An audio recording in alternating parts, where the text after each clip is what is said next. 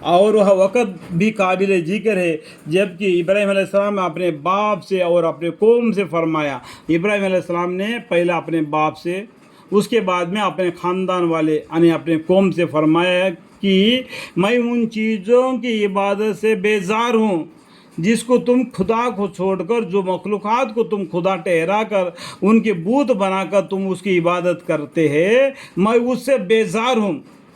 کون کہا؟ ابراہیم علیہ السلام نے.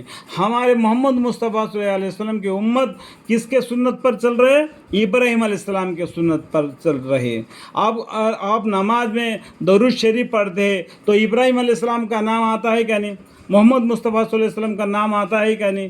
اسے غور کر کے سنو، سمجھو. ایسا ہی مت اپنا دماغ کو بیکار مت کرو.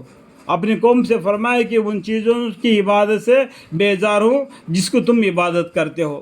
جس طرح کہ ابراہیم علیہ السلام اپنے بیٹے، اپنے باپ سے اور اپنے قوم سے فرما دیا، جن کی تم عبادت کرتے ہو اللہ کے برابر کر کے. مگر ہاں، جس نے مجھ کو پیدا کیا، کون پیدا کیا مجھ کو اور آپ کو اور سب سامان کو؟ اللہ نے پیدا کیا.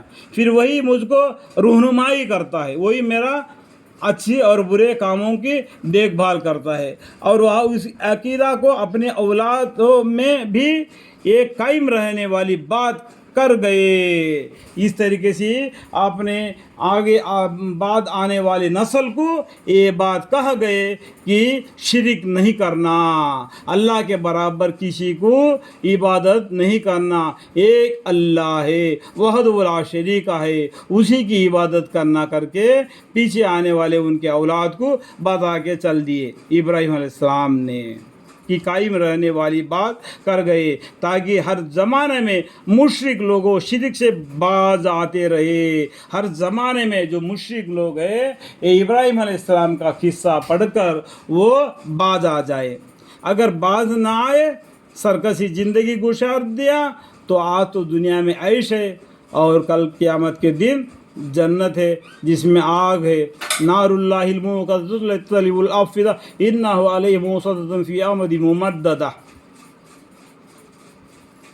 بلکہ میں نے ان کو اور ان کے باپ داداؤں کو دنیا کا خوب سا سامان دیا، یہاں تک کہ ان کے پاس سچی قرآن اور صاف صاف بتلانے والا رسول آیا.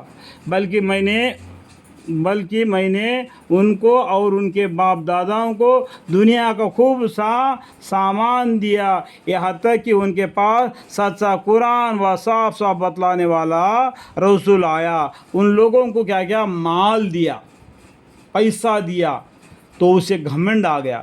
لیکن یہ لوگ یہ نہیں سوچے یہ مال، یہ پیسہ ہم کو اللہ تعالیٰ نے آزمانے کے لیے دے دیا. تم اسے پڑھ کر اللہ کو عبادت کرتے ہو، لیکن دنیا کر کے دنیا کا کتا بنتے ہو. اور تمہارے پاس قرآن بھیج دیا، آج ہمارے پاس قرآن ہے. اس سے پہلے پیغمبروں کے پاس جو کتاب دے دیا اس کا نام کیا ہے وہ اللہ کو بہتر معلوم ہے. لیکن ہمارے پاس تو یہ چاروں کتابوں کے نام ہی معلوم ہے: توراہ، انجیل، زبور اور قرآن.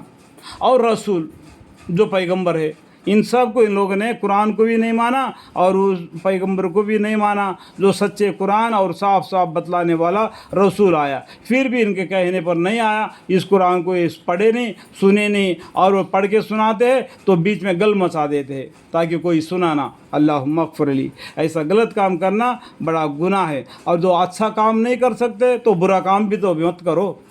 اور جب ان کے پاس یہ سچا قرآن پہنچا تو کہنے لگے کہ یہ تو جادو ہے. اللہم اغفر لی. اے پیغمبر صلی اللہ علیہ وسلم کو یہ کہہ رہے کہ یہ تو جادو ہے قرآن کے بارے میں جو عربی میں الفاظ میں نازل ہو گیا. ہمارے پیغمبر صلی اللہ علیہ وسلم امی ہیں، یعنی ان کو علم نہیں ہے، وہ پڑھے لکھے نہیں ہیں. تو جبریل علیہ السلام کے ذریعہ ان کو علم عطا فرمایا اللہ تعالیٰ نے. اللہ تعالیٰ نے ان کو یہ اس طریقے سے دعا مانگنے کے لیے کہا: وَقُلْ رَبِّ زِدْنِی عِلْمًا، وَقُلْ رَبِّ زِدْنِی عِلْمًا.